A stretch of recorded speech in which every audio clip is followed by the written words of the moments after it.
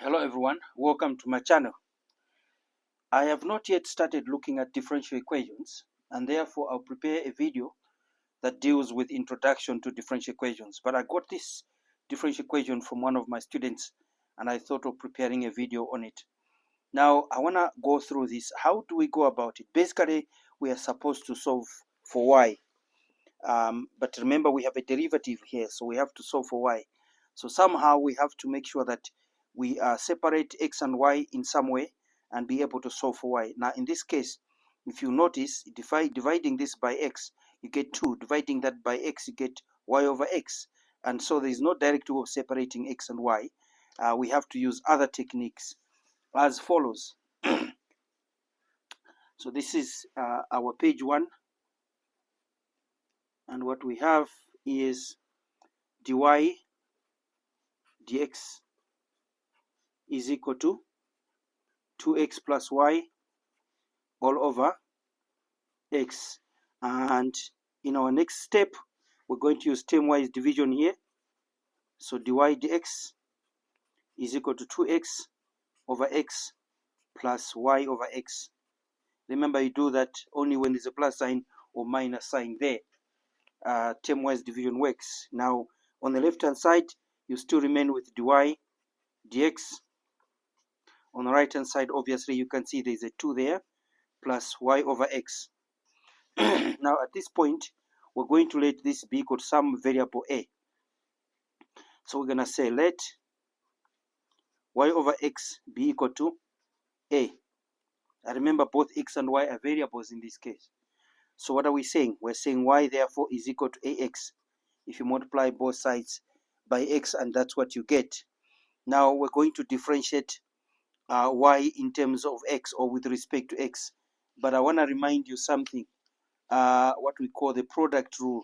If you haven't looked at some of my videos on product rule, please go and look at that one. I think rules of differentiation, I've called it.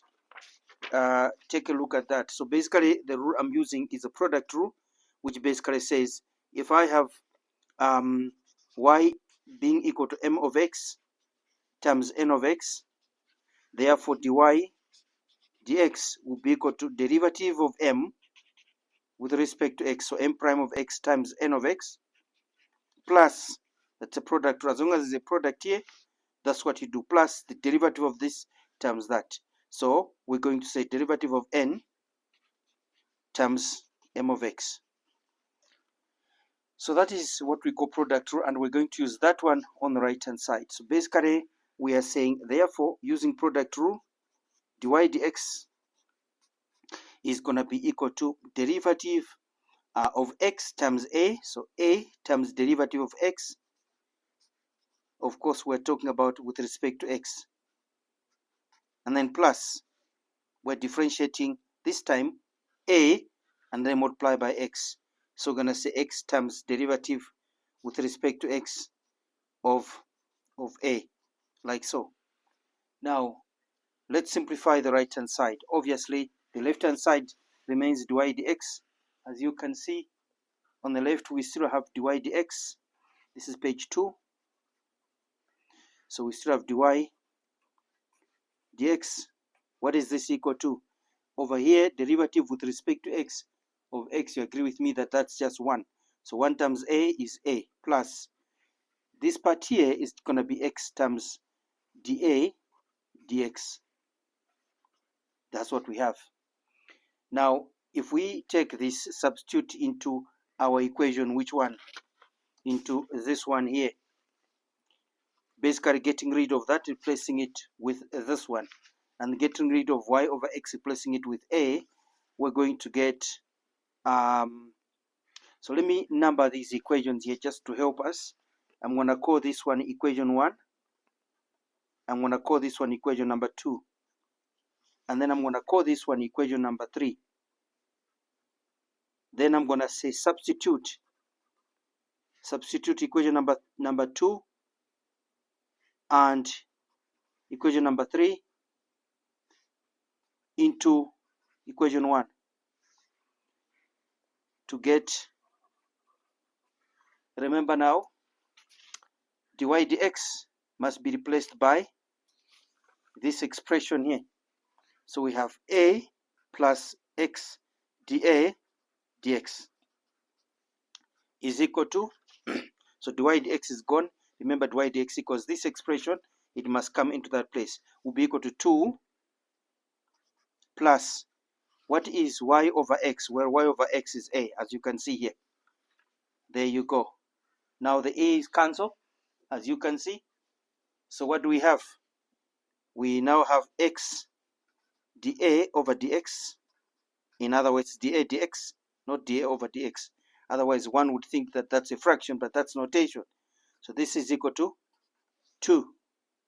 At this point, I have to multiply both sides by dx. So what do I have? I have x dA is equal to 2 dx. Divide by x both sides. We have dA equals 2 over x dx. Remember, we're assuming x is not equal to 0. At this point, we have to integrate both sides. That's the idea behind differential equations. So integrating both sides, we are going to say, therefore, or this implies the integral of dA must be the same as the integral of 2 over x dx. Now, continuing to page 3 to finish this off. On the left-hand side, you agree with me that the answer is just a is equal to the integral of dA is a, obviously, as you can see. Let me put these papers in order. That one too. Okay. To finish this off now. Right. So now I'm saying the integral of dA is a. On the right-hand side, you agree with me, we can take 2 out because it's a constant times the integral of 1 over x dx. You agree with me now, by now, that a must just be equal to 2 times the natural log of x. And then we have to say plus what? Plus c. Fantastic. But what is a equal to? We're going back to page 1. What is a equal to? Equation 2 says a is equal to y over x. So where there is a, we put y over x. And we're going to say this implies y over x is equal to 2 times the natural log of x plus c. Multiply by x throughout. We get y is equal to 2x times the natural log of x plus cx. And obviously we know that c is a real number. So this is the general solution to our differential equations. This is a differential equation. This is how we solve it. Otherwise, you are not able to separate x and y in this case.